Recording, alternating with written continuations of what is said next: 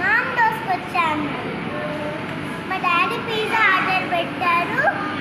Wait చేయండి, వచ్చినాక మాట్లాడుకుందాం.